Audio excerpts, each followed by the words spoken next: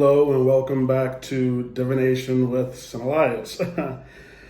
So I figure at this point it's good to tell you a little bit about my experience. I have more than 20 years of experience reading tarot cards and doing divinations for clients. So I have a lot of experience and I have a lot of stories to share.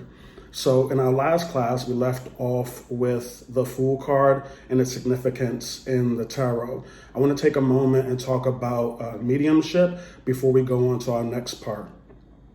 So the 3 points of a good reader are the ability to talk to spirits, so that's mediumship, the knowledge of the tool, and the communication with the client. And you can find all that information in video 1, 2, and 3. So before we jump right in again with the tarot, I want to remind you of the Fool.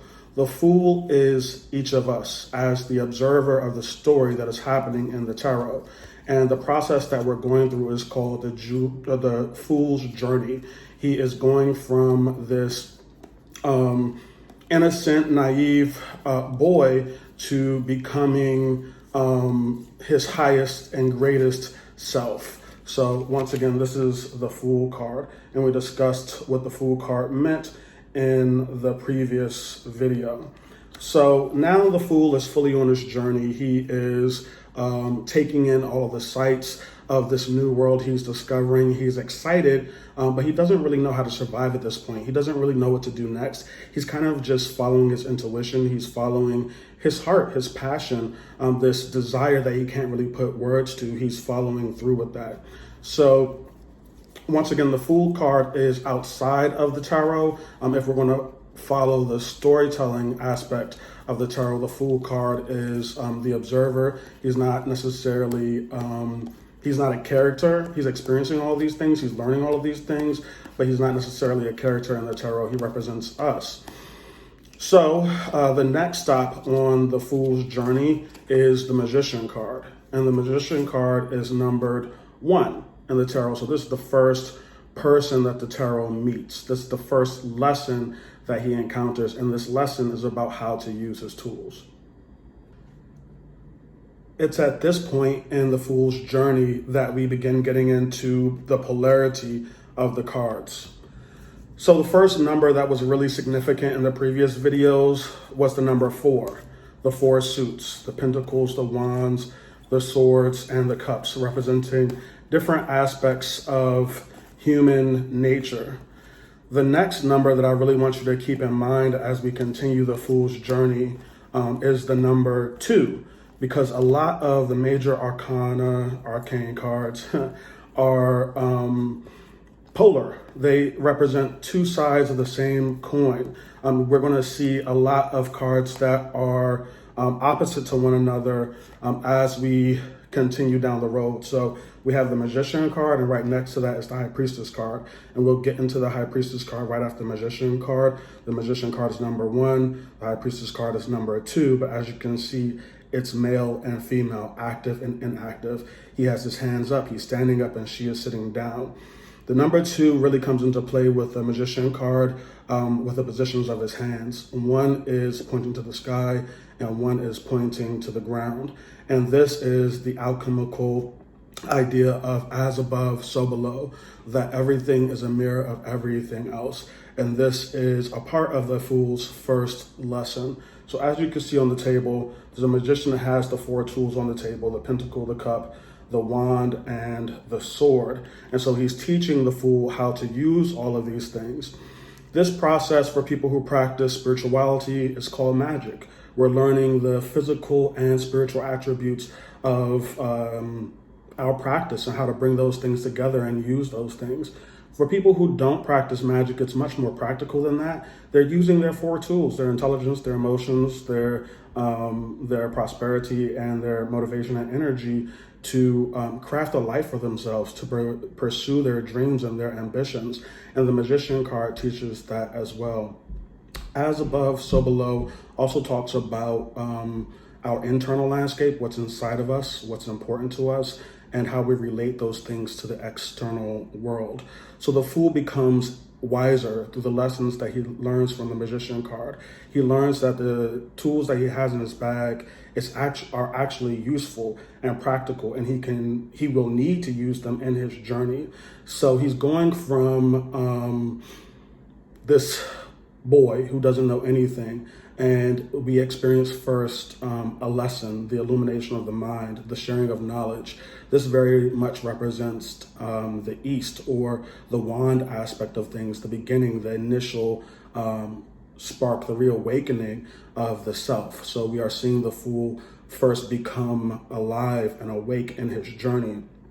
Now, when it comes to mediumship, the way that I describe my gift as being able to speak to my ancestors, I think that it's important for you to figure out how your gift presents itself. Some people hear, some people smell, some people feel a touch on their shoulders, on the back of their neck.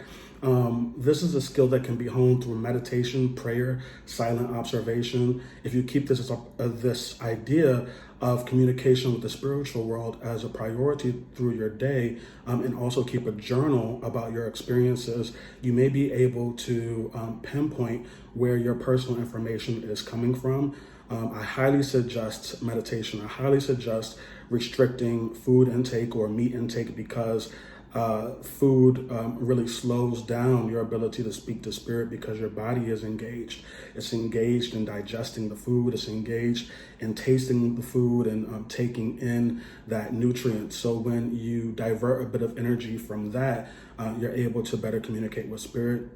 I highly suggest prayer at the beginning of each day. I say that prayer and meditation is a full conversation. So prayer is speaking to spirit, and the meditation allows you to hear the response from spirit. So you're really going to need that tool as we continue, especially as we move into the High Priestess card. A bit of homework that I want to give you before we end this lesson is a little meditation. I want you to put yourself in the shoes of the Fool card. Imagine a time where you felt brand new, like you were starting a new journey. This could be moving to a new place, or going through the grief of an old relationship and feeling like you're ready to start again. These are the major events in life that change who you are as a person and kind of reset your experience. And that puts you in the Fool's shoes. I want you to really think about how you felt. I want you to think about how life felt to you, how your emotions felt, and how you began to open up like a flower to the experiences around you. In this meditation, I want you to explore your life as if it's the first time you've seen it. And along your journey, I want you to meet someone who will begin to teach you more about who you are. Now, you could use an example in your real life experience if you had a teacher that really helped solidify who you are as a person, or you could visualize and imagine that you are meeting a magician. In your conversation with the magician, I want you to imagine that the magician is teaching you about your four tools, and also teaching you about how these four tools can be used both practically and spiritually. For instance, the cup does represent your emotions, but it also represents being receptive to new experiences, filling yourself up. It also warns against excess in a way. All of them warn against excess. And a lot of times with the cups, it can represent drinking, overly drinking. You also want to focus on how much you give to others. Make sure that your cup has something in it. When you give to other people, that you don't give everything. Go through each of these tools, your wand, your sword, and your pentacle, or your pentacles, and imagine what the lesson would be. And when we return to this lesson, we'll talk about how your mediumship skills relates to the Fool and the Magician. And I want you to also bring your experience of that meditation into that next class. All right, guys, until next time, bye.